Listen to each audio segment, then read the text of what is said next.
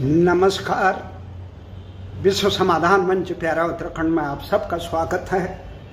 आज हम चर्चा करते हैं किस प्रकार से भारत सरकार देश की समस्याओं का समाधान करती है, किस उपेक्षा से राष्ट्र को इस प्रकार की जो कार्रवाई दायित्व होता है, लाखों की तनख्वाहें इन अधिकारियों को दी जाती है, कर्मचारियों को दी जाती है, उसके बाद किस प्रकार का समाधान करते हैं, इसका नमूना हम समय समय पर आपको देते रहे।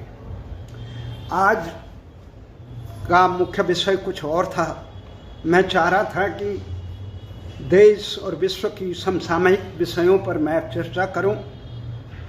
मैं आपको ले चलूं गाजा पट्टी से लेकर इजराइल के बीच में जो हो रहा है, हमास और इजराइल के बीच में जो संघर्ष हो रहा है, उसकी तरफ ले चलो।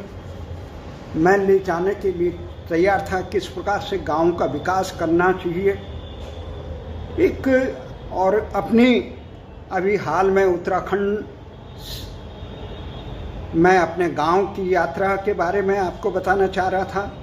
मैं बताना चाह रहा था देहरादून में भगत सिंह कोश्यारी जी के भतीजे की शादी में जब हम गए थे तो किस प्रकार से लोगों का मुलाकात हुआ, मैं बताना चाहता हूँ। उसके बाद लखनऊ में किस प्रकार से हम गए और अयोध्या में जिस प्रकार से राम जन्मभूमि के ऊपर लगे हुए जो कलंक 450 साल का है, उस कलंक को दूर करने के लिए जो महत्वपूर्ण कार्य किया जा रहा है, राम मंदिर का भव्य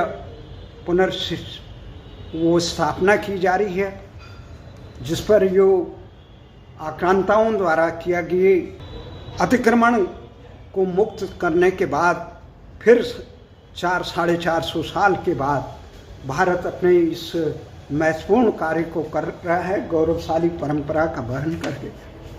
परंतु आज एक और विषय पर मुझे बोलने के लिए मजबूर होना पड़ा। मैं कल अयोध्या में था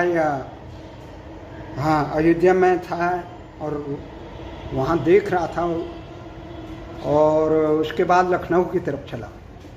लखनऊ में उत्तराखंड सदन में रहे तो एक फ़ोन आया। यहाँ हमारे जो कार्यालय है शकरपुर स्थित कार्यालय में, उसके कड़कड़डूमा स्थित जो डाकघर है, उसके पोस्टमैन का फ़ोन आया कि भाई साहब आपका एक लेटर आ रखा है।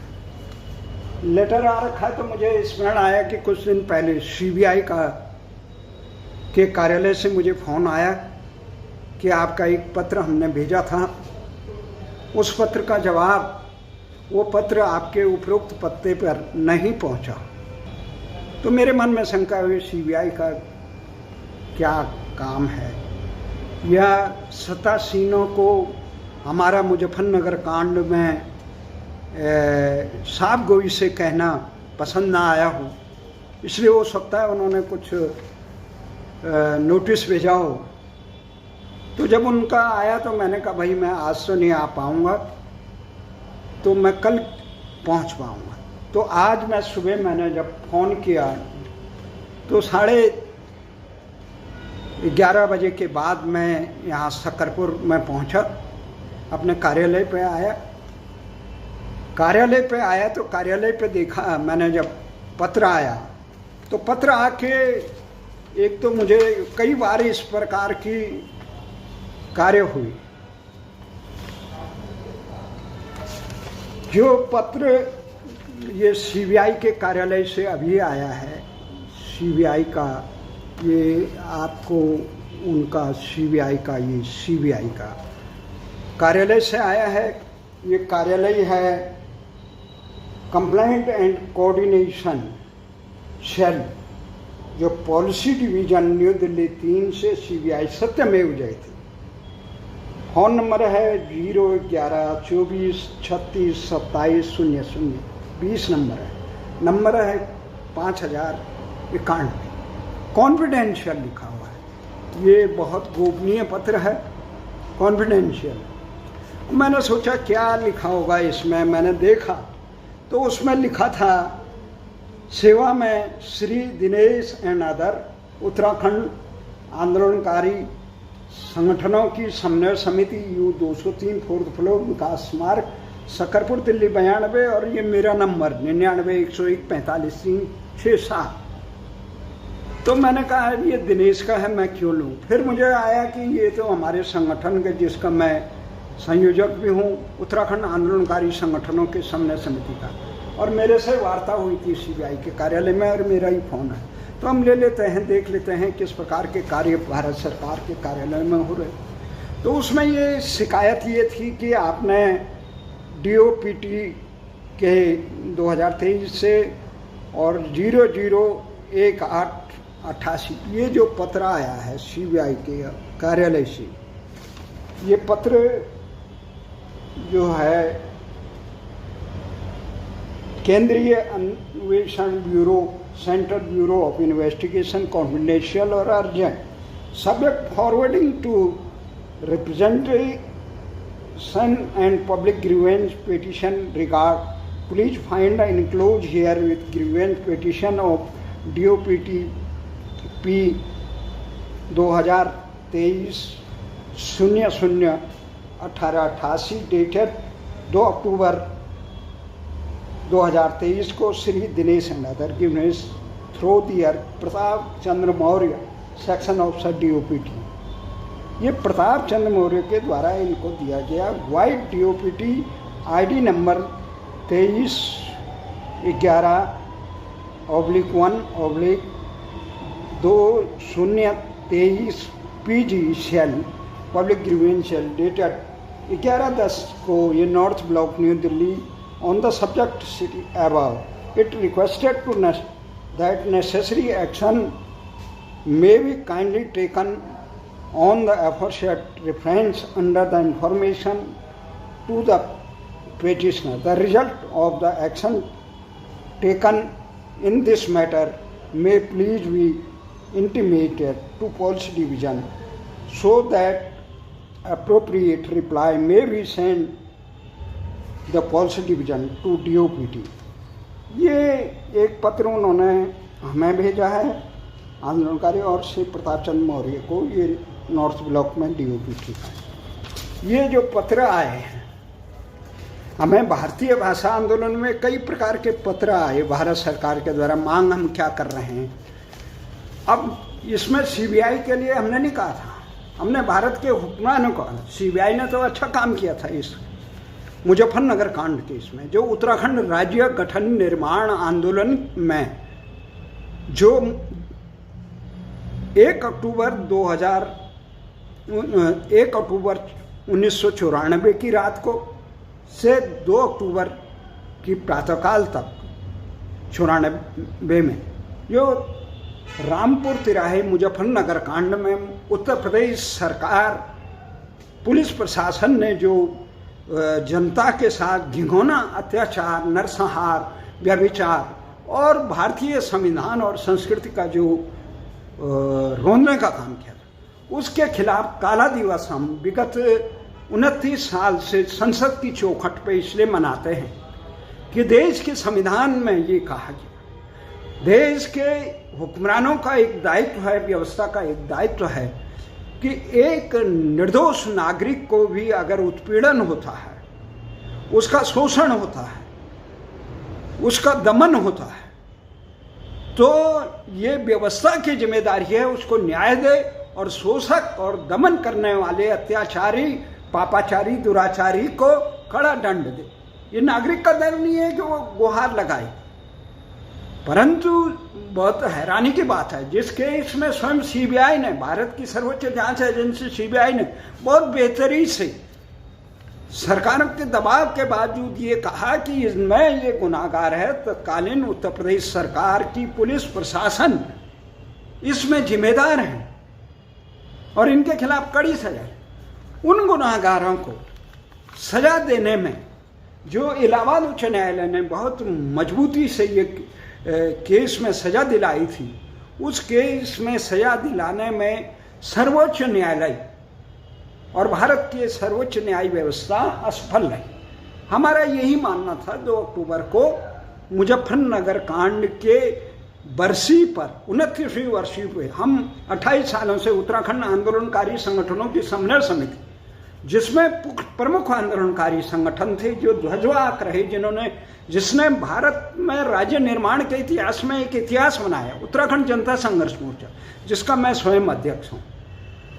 संयोजक सर्वोच्च न्यायालय के अधिवक्ता अवतार सिंह रावत हैं, उसमें खुशहाल सिंह बिष्ट हैं, हमारे दर्जनों समर्पित लोग रहे जिन्होंने 6 साल तक इस धरने का रख के भारतीय राज्य निर्माण के इतिहास में एक मील का पत्थर साबित हुआ कि इतना लंबा धरना देश की राजधानी में किसी राज्य निर्माण के लिए नहीं चला, सफल। 16 अगस्त 2000 को हमने जंतर मंतर पर इसका समापन किया था, जब 15 अगस्त को प्रधानमंत्री ने लाल किले पे कहा यार, उसके बाद यह संसद में ये पारित हो गया, लोकसभा राज्यसभा में पारित हो गया। तो उसके बाद हम उस सभा में तत्कालीन केंद्रीय राज्य मंत्री बच्ची सिंह रावत, भारतीय जनता पार्टी अटल बिहारी वाजपेयी की सरकार थी, बच्ची सिंह रावत उसमें आए।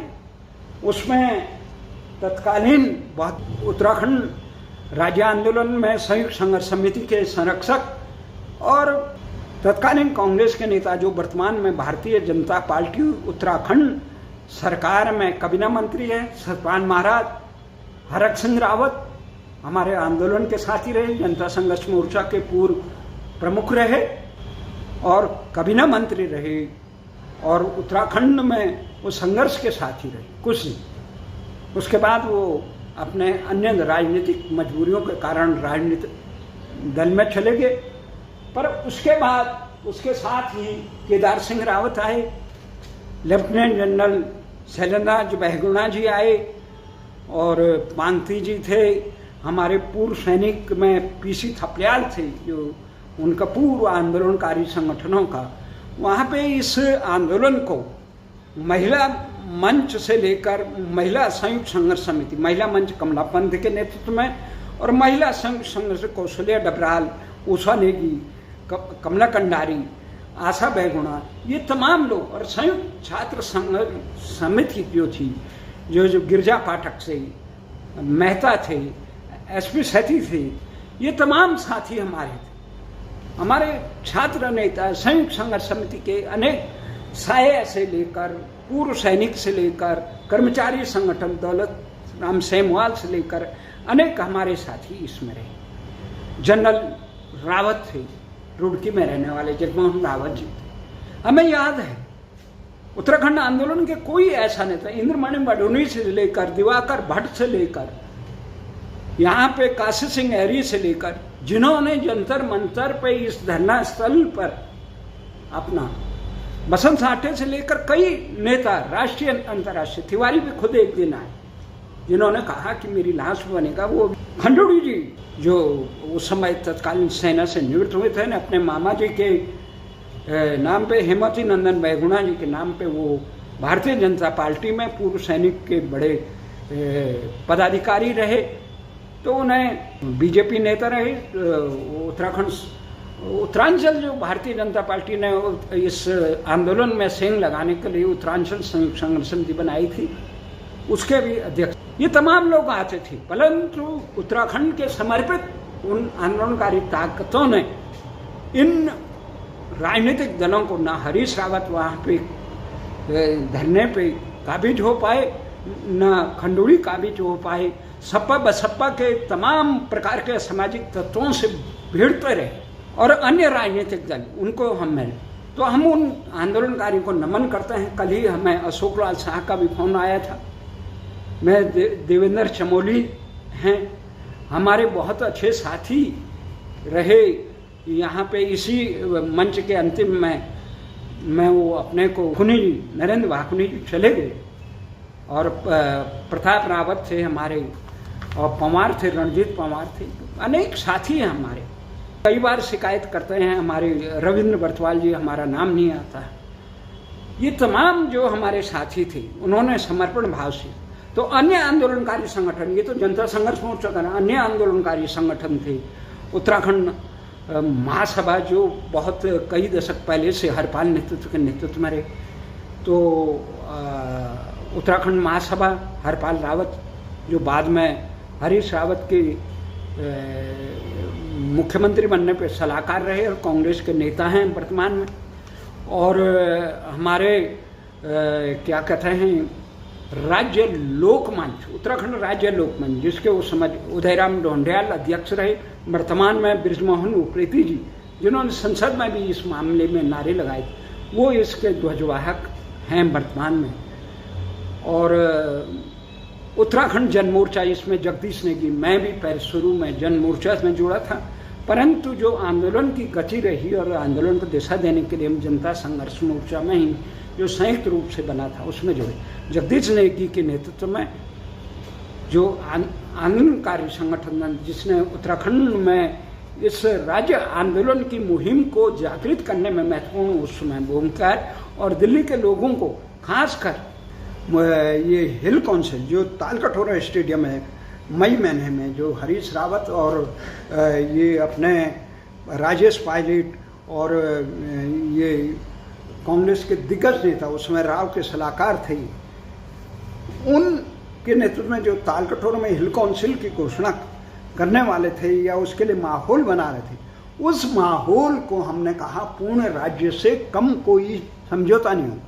त्रिपन सिंह नेगी उसमें, तो उसमें उत्तराखंड राज्य आंदोलनकारियों के मजबूती से पक्ष रखने में जन मोर्चा के तमाम साथी समर्पित रहे।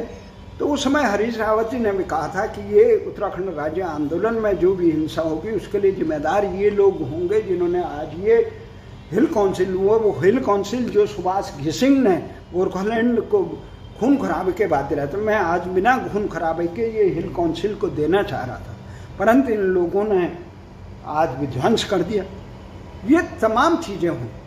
तो ये जो तमाम संगठन थे और अन्य संयुक्त संघर्ष समिति के जो लोग हैं यहाँ, वो 2 अक्टूबर को मुजफ्फरनगर कांड का वो करते। और हमारी एक मांग है कि भारत सरकार गुनाहगारों को दंडित करे, जो माता बहनों और देश के संविधान संस्कृति के साथ इस प्रकार से दुराचार करे, दमन करे, उनको कड़ा सजा मिलनी चाहिए। इस मांग को लेकर जब हम आगे बढ़े तो हम हमेशा राष्ट्रपति को ज्ञापन देते हैं। 2 अक्टूबर 2013 में 23 में भी हमने यही किया, ज्ञापन दिया राष्ट्रपति को ज्ञापन दिया कि आपकी सरपस्ती में जो सरकार है वो व्यवस्था में महिलाओं को देश की संस्कृति के साथ, देश के संविधान के साथ जो खिलवाड़ करने वाले गुनाहगारों को उनको दंडित देने के बजाय उनको पुरस्कृत करने का काम किया। और उत्तराखंड आंदोलन में हमारी केवल एक ही मांग थी कि मुजफ्फरनगर कांड के जो 2 अक्टूबर के बाद रहा, मुजफ्फरनगर कांड के अभियुक्तों को सजा मिले। और दूसरा क्या है कि राजधानी गैरसैंण, उत्तराखंड की जन आकांक्षाएं जो लखनवी मानसिकता के नौकरसार रोंदते थे, वो देहरादून में भी पंसारा संस्कृति के मोह में उत्तराखंड की शुद्ध बुद्ध भूल चुके हैं। उनकी भी मानसिकता लखनवी मानसिकता के नौकरसार और राजनेताओं की तरह हो। इसलिए गैरसैंण को जो चंद्र सिंह गढ़वाली जी ने, भारत के आज़ादी के महानायक चंद्र सिंह गढ़वाली ने संकल्प किया था, जो उत्तराखंड क्रांति दल ने जिसको एक दिशा देने का काम किया था, उस जगह को चंद्र नगर के नाम से उन्होंने कहा था। तो गैरसैंण में जब जनता के दबाव में तो विजय बहुगुणा सरकार और सतपाल महाराज की जुगलबंदी ने जब भराड़ीसैंण में एक बहुत अच्छा डिसीजन लिया कि वहाँ पे एक विधानसभा बनाई जाए, तो उस विधानसभा में जो बनी उसे आगे बढ़ाने का काम हरीश रावत ने बहुत अच्छे किया। परंतु दोनों सरकारों से ये चूक हुई कि वो स्थायी राजधानी घोषित नहीं करा पाए, जबकि वहाँ पे कई बजट अधिवेशन हो चुका, शीतकालीन, ग्रीष्मकालीन, विशेष अधिवेशन सब हो चुके हैं और इतने रमणीक जगह है, उसके बावजूद भी घोषणा नहीं की। तो ये एक दुर्भाग्य है। और उस दुर्भाग्य में सबसे बड़ा क्या है कि ये त्रिवेंद्र रावत जो मुख्यमंत्री बने थे, जिनको इस बहुत ही दुखद ढंग से हटाया गया, उन्होंने एक बहुत जघन्य कांड किया। उन्होंने जघन्य कांड किया कि ग्रीष्मकालीन राजधानी घोषित कर दी। अरे आप, जनता मांग रही है और अभी भी बेशर्मी से लिख रहे हो। कल परसों लिखा था उन्होंने ट्विटर पे कि ये ग्रीष्मकालीन करना आंदोलनकारियों की शहादत और उनके जन आकांक्षाओं की, राज्य गठन की जन आकांक्षाओं बड़े एक सम्मान है। तो इतना नहीं पता है कि लोकतंत्र में जनता की भावनाएं सर्वोच्च होती है। किसी दल या नेता से, व्यक्ति से ऊपर उठ करके जन भावनाएं, जिसके लिए राज्य गठन किया गया था, किस लिए किया गया था? ग्रीष्मकालीन के लिए। ये छोटा सा राज्य, उसमें ग्रीष्मकालीन, शरदकालीन, शीतकालीन, बसंतकालीन ऐसी राजधानियां बनेगी। कम से कम इतना मानसिक दिवालिया अपने आकाओं के आगे इतना न झुको कि लोकतंत्र को जमीन से जमींदोज कर दो।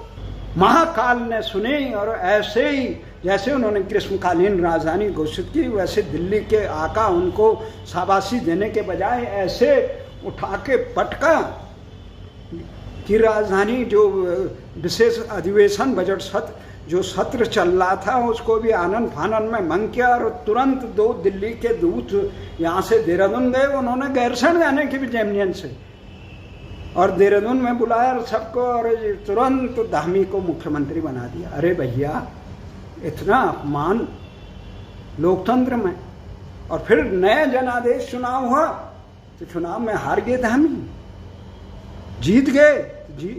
जब चुनाव जीती बीजेपी, भारतीय जनता पार्टी, तो उन्होंने, धामी ने मुख्यमंत्री बनने के बाद गैरसैंण में सत्र होने के बजाय उसे टाल दिया। किसी ने कहा हमें ठंड लगती है, किसी ने कहा हमें ये होता है। अरे तो आप जनप्रतिनिधि किस लिए बने? किसी ने चिट्ठी लिखी है आपको? यहाँ हमारे सैनिक सियाचिन से लेकर ये ग्लेशियरों में लद्दाख में इतने ऋणात्मक 30-40 डिग्री से नीचे वहां पे देश की सीमा को अपनी जान हथेली पे लग, अरे आपको कह रहे हैं हम ठंड लगी ग्रीष्मकाल के लिए। अरे लोग सीमांत जनपद है उत्तराखंड में 3-4, इनके लिए उत्तराखंड बनाया है। तुम्हारे लिए ठंड गर्म या तुम्हारी अयासियों के लिए उत्तराखंड नहीं बनाया, रद्द कर दिया। उसके बाद मुख्यमंत्री भी वहां पे नहीं गए। अरे शहीदों को शहादत देने, बोलने, सच बोलने का वो नहीं है। आश्चर्य होता है कि किस प्रकार की जनभावना है उत्तराखंड को, किस प्रकार का वो विकास करें। कहते हैं कौन सा विकास है भाई? आपने राजधानी गैरसैंण नहीं दी, आपने घुसपैठियों को पूरा भर दिया। वहाँ पे जनसंख्या पर आधारित विधानसभा परिसीमन ने किया, वहाँ पे मूल निवास भू कानून ने बनाया। एक सीमांत क्षेत्र है, तारवाड़ करना पड़ता है। आज सारे बांग्लादेशी से लेकर ये कहाँ के लोग वहाँ घुस के जो धर्मांतरण और घुसपैठ से राष्ट्रांतरण करना चाहते हैं, उन ऐसे तत्वों को उत्तराखंड में घुसाने का काम किया संरक्षण। और तुम्हारी सरकार ये कहे 2024 तक अवैध बस्तियों पर कार्रवाई नहीं करेगी। कैसे नहीं करोगे? हमें वोट दो। तुम्हारा जनादेश के लिए इतना आप नहीं देख रहे हैं किस प्रकार से गाजा से लेकर कश्मीर से लेकर आसाम से लेकर बंगाल में तांडव हो रहा है। और आपकी सरकारें केवल अपनी सत्ता के लिए प्रदेश और जन भावनाएं, तुम्हें ये मालूम है उत्तराखंड के लोग उत्तराखंड के इन बेहद पहाड़ियों में क्यों गए? अपनी संस्कृति को बचाने के लिए गए, अपनी भारतीय संस्कृति को बचाने के लिए। और उस संस्कृति को आप ऐसे ही अपने सत्ता लोलुपता के लिए रोंदवा दोगे? तो ये है इस ढंग का कार्यक्रम। बस सीबीआई जी, आपने पत्र भेजा, आपको धन्यवाद। आपने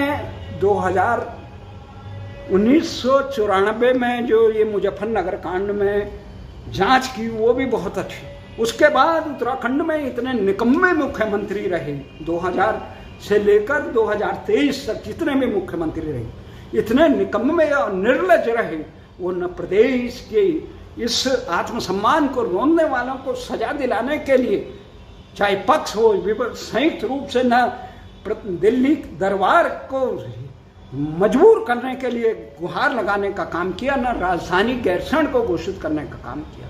न यहाँ पे घुसपैठ और राष्ट्रांतरण कराने वाले लोगों को, धर्मांतरण से लेकर राष्ट्रांतरण और घुसपैठ करके उत्तराखंड को राष्ट्रांतरण कराने के लिए जो लोग लगे हुए हैं, उन लोगों पे अंकुश लगाने के काम के लिए जनसंख्या पे आधारित विधानसभा परिसीमन पे अंकुश लगाने, यहाँ पे मूल निवास से लेकर यहाँ पे भू कानून जो हिमाचल की तर्ज वो लागू नहीं कराए। आपने यहाँ पे उत्तराखंड में किस ढंग से कार्य किया? उत्तराखंड के बेरोजगारों को जो पलायन के पेट के पलायन के लिए वर्षों से पीढ़ी दर पीढ़ी पलायन कर रहे हैं, उनको नहीं। आपने एम्स में, ऋषिकेश एम्स में 700 पोस्टर निकली, 700 के 700 राजस्थान के लगा दिए, कोई खोज खबर नहीं। पहाड़ में इस प्रकार से कोई बंदिश नहीं किया। किस प्रकार से निर्लजता से आपके विधानसभा अध्यक्षों और मुख्यमंत्रियों और वर्तमान तक किस प्रकार से युवाओं के जो लोग रोजगार के लिए और उनकी आशाओं पे वज्रपात करके अपने प्यादों को आसीन किया और केवल उनके आंखों में धूल झोंकने के लिए चंद लोगों को निशाने पर लिया, बस और कुछ नहीं। किस प्रकार से निर्लजता से आपके मंत्री आम जनता को सड़कों पर पीटते रहे। कौन है? जनता की मजबूरी है अपना आत्मसम्मान बचाने, कौन देगा? किस प्रकार आपकी न्याय व्यवस्था में हो रहा है, किस प्रकार से आपकी शासन प्रशासन में हो रहा है। जिस आदमी को जनादेश नहीं मिला उसको जबरदस्ती मुख्यमंत्री बना जाए, वो उसमें इतनी हिम्मत नहीं कि उत्तराखंड के हक हकूकों के लिए जो जितने बांध बने उनकी बिजली पानी उत्तराखंड को क्यों नहीं मिले? टिहरी बांध में देखिए किस प्रकार से सर्वोच्च न्यायालय ने, जिस प्रकार से भारतीय जनता पार्टी के एक शीर्ष नेता जगदीश महंगाई ने कहा, बड़ा आश्चर्य प्रकट किया। उन्होंने कहा कि टिहरी बांध पे तो सर्वोच्च न्यायालय का फैसला आ चुका है कि ये उत्तराखंड का हक है, फिर भी उत्तर प्रदेश और केंद्र सरकार चौधरी बने हुए हैं। क्या, कहाँ से हमें बिजली पानी का हमारे मूल उस पर आप चौधरी बने हुए हैं? ऐसा नहीं चलेगा। राज्यों का और केंद्र के संबंधों को ऐसे पुनर्भाषित मत करिए। तो हमारा ये मानना है कि ये जो पत्र आया है, इस पत्र में ये है कि भारत सरकार को कोई वो नहीं है। अगर जरा सी रहती तो न्यायपालिका अंकिता भंडारी से लेकर नजफगढ़ की दामिनी के गुनाहगारों को उच्च न्यायालय ने फांसी दी, उस समय ने माफ कर दी उन्हें। कौन है गुनाहगार? आप महिलाओं के सम्मान के साथ इतना बड़ा खिलवाड़ अपने केवल कौन जिम्मेदार है? न्यायपालिका। उस गुनाहगार ने 1 महीने में अंदर बाहर आके एकदम दूसरा कत्ल कर दिया। अगर आप उस गुनाहगार उस कत्ल की कौन जिम्मेदारी है? जिन्होंने अपनी छवि बनाने के लिए ऐसे अपराधियों को छोड़ा। आपने उस गुनाहगार के मुख्य अभियुक्त को भारत के सर्वोच्च पद्म पुरस्कार देने का काम किया। कितना घृणित काम है। जो कह रहे थे संसद में, आंसू बहा रहे थे घड़ियाली कि उत्तराखंड ने मत भूले, इसके पुतले जला रहे थे, वो किस वक्त से राम भक्तों पर गोली चलाने का आदेश देने वाले और मुजफ्फरनगर कांड से लेकर न्यायपालिका को रोकने का काम करने वाले लोग जो आतंकवादियों के हमदर्द रहे, उनको भारत का गौरवशाली पद्म विभूषण, और जिनको सीबीआई ने कटघरे में रखा था, अनंत कुमार से लेकर बुआ सिंह नसीम से लेकर नील नवाल तक, उन लोगों को पदोन्नति विशिष्ट पदों पर। हम तो कहते हैं, हमें तो काल एक शब्द ही आता है भगवान कृष्ण, विनाशाय च दुष्कृताम। दुनिया की कोई भी ताकत, ये तो केवल तुम्हारे पास एक मौका था कि तुम अपने दायित्वों का निर्वहन करो। जनता जिसके लिए लाखों करोड़ों रुपए तुम पे लुटा रही है, व्यवस्था के तुम ध्वजवाहक बने हो, परंतु तुमने इस प्रकार के कृत्य किए कि उनको गुनाहगारों को सम्मानित करने, उन्हें पदोन्नति देकर भारत की मर्यादाओं को तार तार किया। आज पर एक बात अवश्य है, महाकाल के दर पे न अंधेर है न देर है। अपने कुकर्मों का फल हर किसी को, कितनी बड़े भी ताकतवर है, उसको भोगना पड़ेगा। घड़ियाली आंसू बहाने वालों को भी अपराधियों का साथ देने का दंड भोगना पड़ेगा। जय हिंद, जय भारत।